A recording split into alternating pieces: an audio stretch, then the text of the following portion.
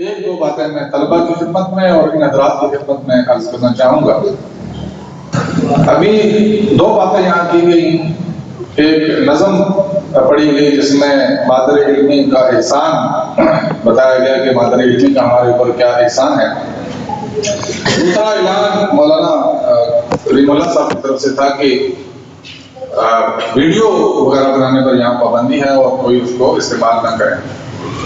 اس حوالے سے بڑی اہم بات میں حضرات گرامی کے سامنے پیش کرنا چاہتا ہوں کہ آج کا جو دور ہے یہ فطروں کا دور ہے، اور ہر شخص کسی نہ کسی فطرے میں مبتلا ہو ہی جاتا ہے، اور اس وقت کا بہت بڑا فطرہ یہ میڈیا ہے، اور اس میڈیا کے لیے استعمال ہونے والے یہ آلات ہیں، یہ انتہائی سنگین زہر قاتل ہے جو ہماری نسلوں کو کھوکھلا کر رہا ہے۔ حضرات گرامی، آپ حضرات جانتے ہیں کوئی گھر، کوئی شخص، کوئی عورت، کوئی مرد، کوئی لڑکا، کوئی لڑکی سوشل میڈیا سے اور میڈیا کے اس آلات سے محفوظ نہیں، اور جو صورتحال تیزی سے پھیلتی چلی جا رہی ہے انتہائی تشویشناک ہے۔ گزارش میں یہ کرنا چاہ رہا ہوں کہ اس فطرے کے سدباب کے لیے الحمدللہ دینی مدارس اور دین کے یہ قلعے اتنا بڑا کردار ادا کر رہے ہیں جس کا تصور ناممکن ہے۔ اور آج کے دور میں اگر یہ بات میں کسی کنونشنل روایتی قسم کے فورم پہ کہوں تو یہ اچنبے کی بات سمجھی جائے گی۔ میں یہ چھوٹا سا واقعہ بیان کرنا چاہ رہا ہوں۔ یہاں جو دورہ حدیث سے فارغ ہونے والے طلبہ ہیں ان کے کچھ اسباق میرے ذمہ بھی رہے، تو ان اسباق کے سلسلے میں حاضری دیتا رہا۔ تو ایک دن میں کلاس میں حاضر ہوا تو طلبہ کم تھے وہاں پہ، کچھ طالب علم وہاں سے غائب تھے۔ تو میں نے ان سے کہا جی کہ طالب علم کہاں گئے؟ تو انہوں نے کہا جی کہ باہر نکلے ہوئے۔ تو میں نے ان سے کہا جی کہ آپ ان کو میسج کر دیں تاکہ وہ آ جائیں، تو استاد آ گئے۔ تو طلبہ نے مجھے بتایا کہ ہمارے پاس تو موبائل نہیں ہے، تو میسج کیسے کریں؟ تو پھر میں نے ان سے تفصیل پوچھی تو انہوں نے یہ کہا کہ ادارے کی طرف سے موبائل کے استعمال پر پابندی ہے،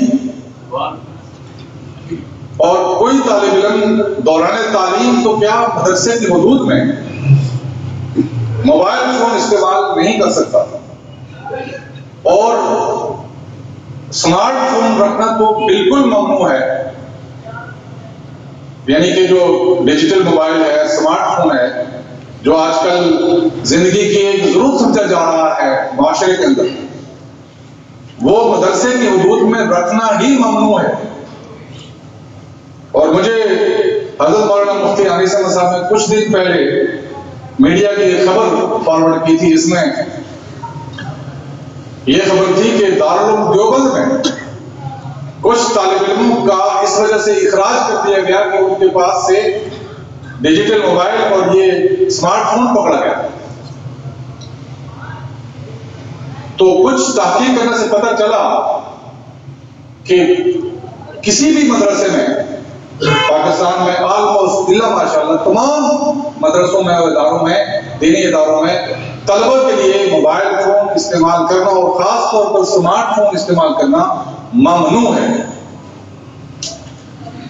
اب میں سمجھتا ہوں کہ یہ ایسی بات ہے جو عام معاشرے کے اندر اگر آپ کسی فورم پہ یہ کہیں گے تو یہ اچنبے کی بات ہوگی کہ فون کے استعمال پر پابندی ہے، جو فون آج کل ہر شخص کی ضرورت سمجھا جا رہا ہے۔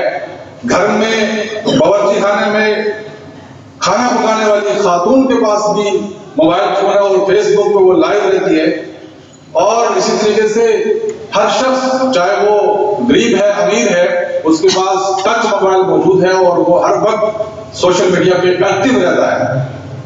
تو اس دور میں بھی ادارتی سطح پر طلبہ کو سوشل میڈیا اور اس طرح سے چیزوں سے دور رکھا جا رہا ہے۔ اور میں نے طلبہ سے پوچھا تو یہ بتا رہے تھے کہ ہم اخبار بھی نہیں پڑھتے، اخبار پڑھنے پر بھی پابندی ہے۔ تو آپ بتائیے کہ یہ امت پر کتنا بڑا احسان ہے، اور جو لوگ یہاں تعلیم حاصل کر رہے ہیں ان کے قلوب کو فطروں سے بچانے کے لیے اور فطروں کے آگے صد سکندری بننے کے لیے یہ کتنا بڑا اقدام ہے کہ ان لوگوں کے ذہنوں کو اور قلوب کو اس فتنے سے بچانے کے لیے ادارے نے اتنا بڑا اقدام کر رکھا ہے۔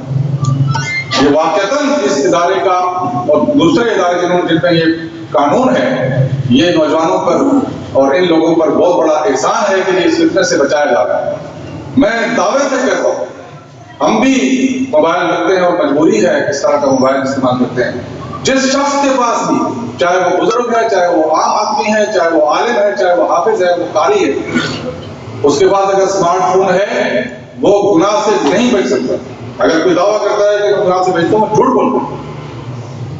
اس لیے کہ یہ اتنا خطرناک اتنا ہے کہ آپ جیسے ہی اس کو آن کرتے ہیں، اس کے کسی بھی پروگرام میں آپ چلے جائیں، آپ انٹرنیٹ آن کریں، کرتے ہی آپ کو کسی فحش تصویر پر نظر پڑے گی، کسی غلط اور ناجائز بات پر نظر پڑے گی، کسی فحش میسج پر نظر پڑے گی۔ آپ کیسے بچ سکتے ہیں اس سے بچنے کے لیے وہی لوگ راہ اختیار کر سکتے ہیں جن کے قلوب کو منور کیا گیا ہو اور ان کو ان فطروں سے بچنے کا گر سکھایا گیا ہو، اور اس شخص کو حریم دل کے سامنے سب اور دیوار بنانے کا ڈھنگ ادارے نے اس کو بدیعت کیا ہو اور اس کے دل میں پیدا کیا ہو، تب جا کر کے وہ اس فطرے سے بچ سکتا ہے۔ لیکن بہت ناممکن ہے کہ اس عظیم الشان فتنہ جو ہے، جو آج کل پھیلایا جا رہا ہے، اس سے بچا جا سکے۔ تو اس فطرے سے بچنے کے لیے ان اداروں کی جو پالیسی ہے، ان اداروں کو جو احسان ہے ان نوجوانوں پر، اور یہ جس طریقے سے تعلیم و تربیت کا ایک مرکز بنے ہوتے ہیں اور اتنا عرصہ ان طالب علموں کی کاؤنسلنگ کی جاتی ہے، تو یہ یقیناً آئندہ زندگی میں اس طرح کے فطروں سے بچنے کے لیے ان کو یقیناً مومن اور معاون ہوگا اور ان کے لیے مشعل راہ ہوگا۔ اس کے بعد یہ تو آپ حضرات کے میں نے کہا کہ اس طرح کی بات ہے۔ اچھا، میرا تعلق چونکہ کالج یونیورسٹی سے بھی ہے، میں یونیورسٹی کی کلاس لے رہا تھا تو وہاں میں نے دیکھا کہ طالب علم موبائل پہ کھیل رہا تھا یا کوئی میسج کر رہا تھا، تو میں نے اس کو ٹوکا، اور الحمدللہ کلاس کے اندر میری کلاس کے اندر کوئی فون نہیں سن سکتا، پہلے سے بند کرواتا ہوں میں، تو اس کو میں نے ٹوکا اور ٹوکنے کے بعد موبائل بند کر کے میں نے کہا جیب میں ڈالو۔ میں نے اس کو یہ واقف کرایا وہاں کلاس میں، درسگاہ اس کلاس کے اندر یونیورسٹی کی کلاس ہے، MBA کی کلاس کی، اس میں میں نے یہ واقف کرایا کہ اکراس دی بورڈ تمام دینی مدارس میں طالب علموں کو موبائل رکھنے پر ہی پابندی ہے۔ تو وہ طلبہ جو ہے وہ بعد میں مجھ سے پوچھ رہے تھے کہ یہ کیسے ہو سکتا ہے؟ میں نے کہا یہ ہے اور یہ ہوتا ہے۔ سوال ہی پیدا نہیں ہوتا کہ درسگاہ کے اندر طالب علم موبائل استعمال کر لے، اگر کوئی چوری چھپے کر لے استعمال ہو سکتا ہے، بہت سارے شاہکار ہوتے ہیں کہ جو سن لیتے ہیں یا رکھ لیتے ہیں، لیکن اگر پکڑا جائے تو اس کے خلاف تعزیری کارروائی ہوتی ہے۔ تو یہ بات ان طالب علموں کے لیے اچنبے کی بات ہے، اس لیے کہ آپ لوگ یونیورسٹی اور کالجز کے ماحول کو جانتے ہیں۔ جو لوگ سیکولر مائنڈ سیٹ کے اوپر چاپ رکھتے ہیں اور یہ کہتے ہیں جی کہ ہم پتھر کے زمانے میں چلے گئے ہیں، ہمیں جو ہے نا وہ اپ گریڈ ہونا چاہیے، آگے جانا چاہیے، ان کے حالات آپ دیکھیں۔ آپ شام میں ایوننگ کی کلاس میں وہاں اگر اور باہر نکل کے دیکھیں کہ وہاں کیا صورتحال ہے، کس طریقے سے مرد و زن کا اختلاط ہے، اور ان کے نزدیک یہ کوئی اچنبے کی بات نہیں۔ آپ دیکھیں وہاں کس طرح سے لڑکے اور لڑکیوں کی جوڑیاں وہاں پہ چمنوں کے اندر بیٹھی ہوئی ہیں، دیکھ کر کے ایک انسان کا رونا آ جاتا ہے کہ یہ بھی کسی کے بیٹے ہوں گے، ان کی بھی ماں ہوگی، ان کے بھی باپ ہوں گے، ان کے بھی بھائی ہوں گے، لیکن یہ تعلیم کے نام پر آ کر کے کیا ہو رہا ہے؟ در حقیقت دینی مدارس کے لوگ، علوم نبویہ کے حاملین، قرآن و سنت پڑھنے والے اور پڑھانے والے، وہ پتھر کے زمانے میں نہیں، بلکہ وہ تو ان فطروں کے سامنے سد سکندری ہیں، محفوظ ہیں، بلکہ وہ تو مرمری جنت کے لوگ ہیں، اور انشاءاللہ العزیز یہی ان کا مقدر ہوگا۔ پتھر کے لوگ تو وہ ہیں کہ جن کی سزا پتھر ہے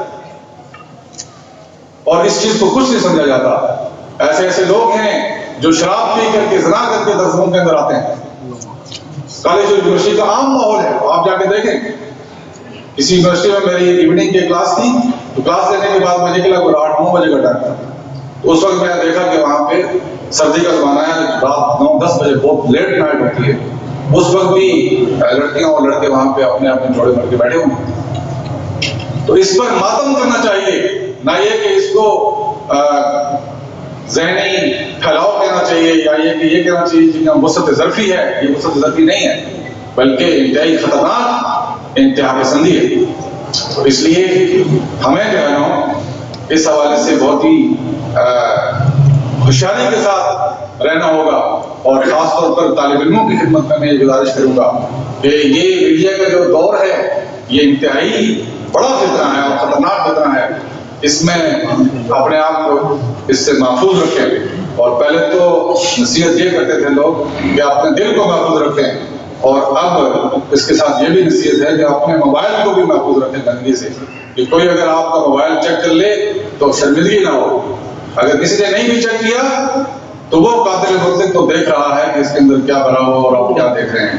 اس لیے اپنے آپ کو محفوظ رکھیں, اور محفوظ رکھیں گے تو پھر قرآنی علوم کا جو نور ہے وہ آپ کے دل کو منور کرے گا. اگر ان آلائشوں میں پڑے رہیں گے تو وہ نور آپ سے چھن جائے گا. اللہ نہ کرے کہ وہ نور آپ سے چھن جائے. اور دوسری بات یہ ہے کہ اپنی زندگیوں کے اندر صفت اعتدال پیدا کریں. صفت اعتدال, میانہ روی اور اعتدال, یہ اس کو اپنی زندگی کا مشغلہ سمجھیں. مقابلے میں جو لفظ استعمال ہوتا ہے وہ انتہا پسندی ہے, اور اس کے لیے آج کل جو ٹرمینالوجی استعمال ہوتی ہے وہ ایکسٹریمزم ہے. ایکسٹریمزم جو ہے یہ ایکسٹریمسٹ دینداروں کو کہا جا رہا ہے, فنڈامنٹلسٹ کہا جاتا ہے, لیکن حقیقت یہ ہے کہ دین ہمیں اعتدال سکھاتا ہے. دین کی بنیاد ہی اعتدال ہے. اور یہ یاد رکھیے گا کہ اعتدال کی مخالفت دو طرفہ ہوتی ہے, کہ ایکسٹریم پر انتہا کی دو حدیں ہیں, ایک اوپر کی طرف انتہا ہے, ایک نیچے کی طرف انتہا ہے, درمیان میں اعتدال ہے. تو اوپر والے بھی اعتدال والوں کی مخالفت کرتے ہیں, نیچے والوں بھی اعتدال والوں کی مخالفت کرتے ہیں. جیسے دیکھیے اہل بدعت ہیں, عشق کے نام پر بدعت اختیار کرتے ہیں. اگر ان کو روکا جائے وہ کہتے ہیں جی کہ یہ عشق کے منکر ہیں. اور دوسری طرف جو خالص صوفی ہیں جو اس چیز کو ممنوع سمجھتے ہیں وہ کہتے ہیں جی کہ دوسری انتہا پر ہیں, وہ کہتے ہیں جی کہ ہر چیز شرک ہے, وہ بھی اس کا انکار کرتے ہیں. تو جو اعتدال والے ہیں, درمیان والے لوگ ہیں, وہ اس کی مخالفت دونوں طرف سے ہوتی ہے, اوپر سے بھی ہوتی ہے, نیچے سے بھی ہوتی ہے. اور اعتدال کی ہمیشہ مخالفت ہوا کرے گی. اعتدال کا کوئی بھی پسند نہیں کرے گا, لیکن اعتدال وہ شخص ہے, اعتدال اور میانہ روی وہ صفت ہے کہ جو کامیابی کی کنجی ہے. اگر آپ ایکسٹریم میں چلے گئے تو پھر کامیابی یقیناً نہیں ملے گی. اور اس کا نظارہ ہم اپنی زندگیوں میں کر رہے ہوتے ہیں. یہ کہنا بہت آسان ہے, اور اس کو ہدایت سمجھ کر اس پر عمل کرنا ہمیشہ کوہ گراں ہے. اس کا مظاہرہ اس وقت ہوتا ہے جب آپ گاڑی چلا رہے ہوں اور آپ کے پاس سے کوئی گزر جائے یا آپ کے سامنے آ جائے, تو پھر دیکھتے ہیں کہ کتنا انسان اعتدال میں رہتا ہے, ایک دم بھڑک کر کے گاڑیاں دینا شروع کر دیتے ہیں. چنانچہ ہم روز دیکھ رہے ہیں کوئی شخص اس بات کے لیے تیار نہیں ہے کہ وہ ایک سیکنڈ کے لیے رک جائے اور دوسرا آگے گزر جائے. نہیں, میں نے آگے گزرنا ہے, اور اگر وہ غلطی سے آگے گزر گیا یا اس سے کوئی مسٹیک ہو گئی, غلطی ہو گئی, تو ایک دم بھڑک کر کے لڑائی جھگڑا اور گالیاں گلوچ کرنا شروع کر دیتا ہے. اور اگر وہ چلا بھی گیا پھر بھی پیچھے سے گالیاں دے کر اپنی آخرت خراب کی جا رہی تھی. یہ سب کیا ہے؟ انتہا پسندی. مذہبی انتہا پسندی بھی ہے, سیاسی انتہا پسندی بھی ہے, عام زندگیوں کے اندر بھی انتہا پسندی ہے. انتہا پسندی شریعت میں ممنوع ہے اور پسندیدہ نہیں ہے. اور خاص طور پر اہل دین اور دین کے جو پرچار کرنے والے لوگ ہیں, دائی ہیں, وہ اعتدال کے دامن کو ہرگز اپنے ہاتھ سے نہ چھوڑنے دیں. تو اعتدال کی صفت اپنائیں, اور پھر دنیا میں آپ دیکھیں گے کہ انشاءاللہ عزیز دنیا بھی کامیابی آپ کو ملے گی اور آخرت بھی کامیابی ملے گی. بس میں اسی کو ختم کرتا ہوں. ایک مختصر سا شعر مجھے یاد آ گیا کہ حریم دل کا احمد ہر دم تو پاسبان رہنا, نہ کوئی پاس آ جائے نہ کوئی غیر آ جائے. وآخر دعوانا الحمدللہ. ذريتي وأهل بيتي كما صليت على إبراهيم إنك حميد مجيد ربنا ظلمنا أنفسنا وإن لم تغفر لنا وترحمنا لنكونن من الخاسرين يا الله كيف كريم كيف رحيم غفور رحيم ستار العيوب وغفار الذنوب يا الله يا رب ایسے محفل میں اور ایسے مبارک افراد کے ساتھ بیٹھنے کی مجھے نالائق کو بھی توفیق عطا فرمائی اور یا اللہ اپنے رحمت سے یہ بیٹھنا اور یا اللہ یہ بڑھنا یہ سب کچھ اپنی بارگاہ میں قبول فرمائے یا اللہ قبول فرمائے یا اللہ قبول فرمائے عفو کرم آپ کے تمام وقت زیادہ ہوئی لمبی دعا مجھ سے ہوتی رہی یا اللہ اللهم انا نسألك من خير ما سألك من نبيك وحبيبك من الخير سيدنا محمد صلى الله عليه وسلم ونعوذ بك من شر ما استعاذك من نبيك وحبيبك من الخير سيدنا محمد صلى الله عليه وسلم وأنت المستعان وعليك البلاغ ولا حول ولا قوة إلا بالله العلي العظيم صلى الله على النبي الأمي الكريم وعلى آله وصحبه أجمعين آمين يا رب العالمين.